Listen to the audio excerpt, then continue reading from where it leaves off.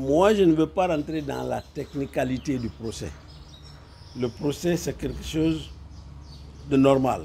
Quand il y a des crimes ou des gens sont accusés de crimes, bien sûr, il faut bien qu'ils répondent et qu'on essaie de faire la part des choses pour voir qui a fait quoi et quand.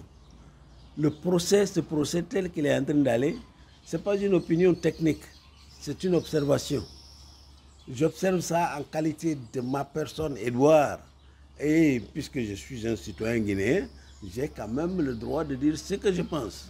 Ce n'est donc pas une opinion politique non plus. Mais nous avons pensé qu'il y a eu des ratés déjà dès le départ. Pourquoi il y a eu des ratés? Quand vous avez un événement comme le 28 septembre, où on suppose qu'il y a eu beaucoup de tueries.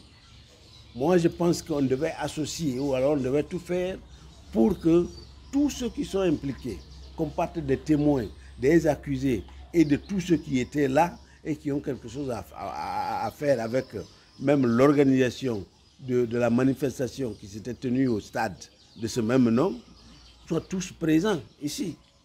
Mais on ne peut pas organiser un procès alors que le ministre de la Défense de l'époque n'est pas là, alors qu'un des accusés, le professeur Alpha Condé, n'est pas là, et tous les autres ne sont pas dans le box des accusés, ou alors qu'ils ne sont même pas présents comme des témoins.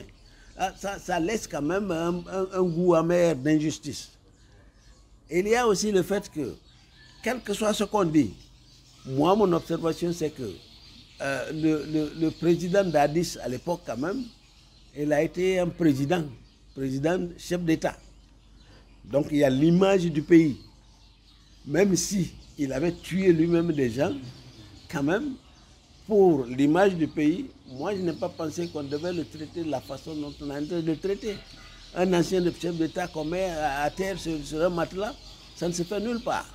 Même Ceausescu, en Roumanie, qui a été accusé de beaucoup de choses, il a été fusillé d'ailleurs par la suite. Il n'était pas avec les prisonniers de droit commun. Parce qu'encore une fois, c'est l'image du pays. Maintenant qu'on a déjà, on a ouvert cette boîte à Pandore, s'il y a des gens qui doivent revenir pour être aussi jugés de la même façon, parce que ce n'est pas exclu, ben, personne ne va s'offusquer si les gens sont traités de cette façon. Je crois que ça ne se devait pas. Le troisième raté, c'est que, et là c'est au niveau de la CPI elle-même, si la CPI sait qu'il y a eu, disons, cet événement-là ici, et beaucoup de choses se sont passées, elle n'aurait jamais dû laisser l'organisation à la Guinée. Pourquoi?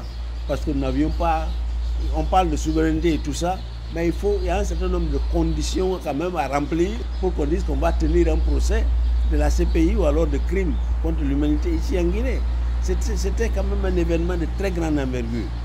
La CPI n'aurait jamais dû dire à la Guinée, bon, on se lave les mains et puis on va vous laisser, vous allez faire le jugement. Moi, je pense que c'est une erreur. Maintenant, il y a tellement de polarisation autour de ça, nous craignons justement l'après.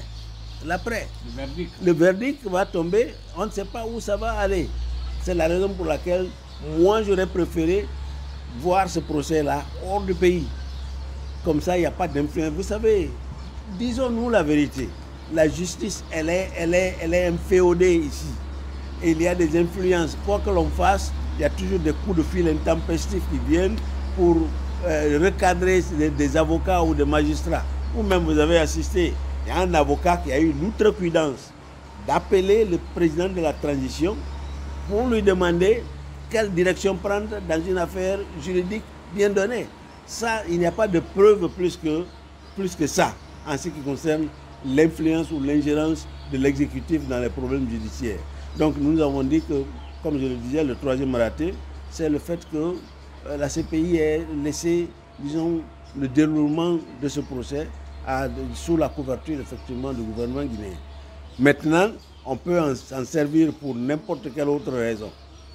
On peut s'en servir pour des buts politiques, comme ça peut être. Et si c'est déjà préarrangé, c'est ce qu'il faut craindre.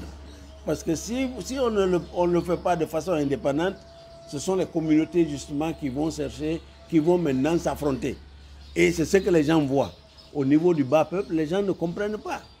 On va dire, voilà, lui, c'est peut-être c'est notre fils, l'autre là aussi, c'est notre fils, ben, bien de certaines communautés. Alors, quand vous opposez les gens comme ça veut dire que vous ne cherchez pas effectivement à créer un climat de calme dans le pays. Voilà, moi, les observations que j'ai faites. Votre recommandation? Bon, ma recommandation, là où on est maintenant, je crois que c'est parti un peu loin, mais ce qui est certain, je crois qu'avant ce verdict, il va falloir prendre beaucoup de dispositions pour sensibiliser les gens. Sensibiliser les gens, parce que si on ne le fait pas, on passe à côté, ben, on sera à côté d'une poudrière. Il y a des communautés qui ne vont pas se laisser faire, il y a d'autres aussi, des communautés qui vont dire qu'elles ne peuvent pas rester justement victimes de crimes qui sont restés impunis. Alors ça se comprend, de part et d'autre, ça se comprend. C'est la raison pour laquelle il faut qu'il y ait beaucoup de sensibilisation.